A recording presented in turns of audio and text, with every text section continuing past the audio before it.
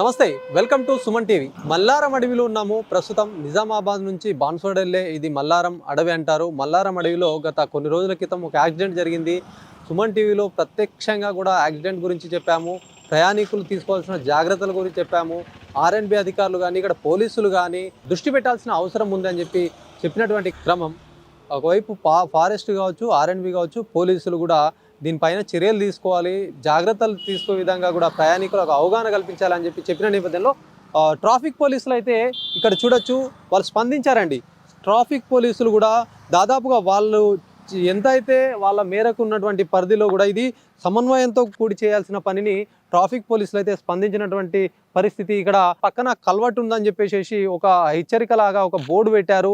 బోర్డుకు కూడా రేడియంస్ కూడా అతికించినటువంటి క్రమం చూడొచ్చు. ముందల కూడా ఇదంతా కూడా కల్వర్ట్ ఉందని చెప్పి కూడా చూస్తే కూడా కనిపించదండి. ఇది క్లియర్గా కూడా రాత్రి వేళల్లో మనం ప్రత్యేకంగా చూద్దామని చెప్పి వచ్చినాము. ఇది కల్వర్ట్ లాగా లేని పరిస్థితి, దీనికి ఒక హద్దు ఉంటుంది, దానికి ఏం లేదు. ఇది నిజామాబాద్ నుంచి బాన్స్వాడ వెళ్ళే క్రమంలో మల్లారం, ఇది మల్లారం అడవి అంటారు. మల్లారం అడవిలో గత వారం రోజుల క్రితం అయితే ఒక యాక్సిడెంట్ జరిగింది.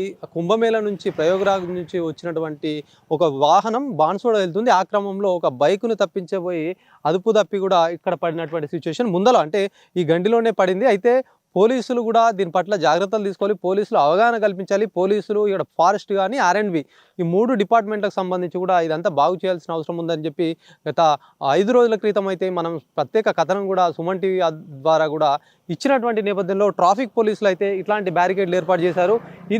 దీని పక్కన చూడొచ్చు, ఇక్కడ మొత్తం కూడా ఆ ప్లేస్ ఏంటంటే రోడ్డు పక్కన ఇది రాత్రి వేళ అయితే మరింత క్రిటికల్ అయిన పొజిషన్ ఉంటుంది.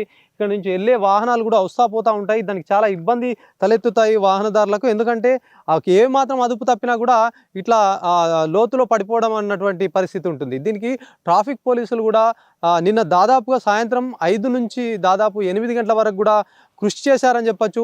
ఇట్లాంటి బోర్డులు పెట్టి ఎంతో కొంత అవగాహన అయితే కల్పిస్తున్నటువంటి పరిస్థితి. ముందల కూడా చూద్దాం, ముందల కూడా చాలా మట్టుకు కూడా ఒక కల్వర్ట్ ఉంటుంది. ఈ కల్వర్ట్ కూడా ప్రత్యేకంగా అయితే దానికి సంబంధించి రేడియం స్టిక్కర్లను కూడా అతికేసినట్టు క్రమం చూడొచ్చు. వెహికల్స్ ఎంత స్పీడ్గా ఇట్లా వెళ్తున్నాయి. మరి ఇంత రాత్రి వేళల్లో ప్రయాణం చేసే వాళ్ళు అయితే ఆదుమరపి కనుక ఒకవేళ స్పీడ్లో వచ్చి ఎదురుగా ఉన్నటువంటి ఏదైనా వాహనం స్పీడ్గా వస్తే దానికి ఆపోజిట్లో వచ్చే వాహనం కూడా స్పీడ్లో ఉంటే కనుక అప్పుడు ఎట్లాంటి పరిస్థితి ఉంటుందో చూడొచ్చు. రాత్రి వేళల్లో చాలా ఇబ్బందిమైనటువంటి పరిస్థితి ఉంటుంది. ఖచ్చితంగా కూడా ఫారెస్ట్ ఆర్ఎన్బి ఖచ్చితంగా కూడా దృష్టి పెట్టాల్సిన అవసరం ఉంటుంది. ఒకవైపు పోలీసులు అయితే స్పందించినటువంటి పరిస్థితి, స్పందించి మరమ్మతులు చేశారు. అంటే తాత్కాలికంగా వాహనాలు కనిపించే విధంగా కూడా కొద్దిగా రేడియం స్టిక్కర్లు వేశారు.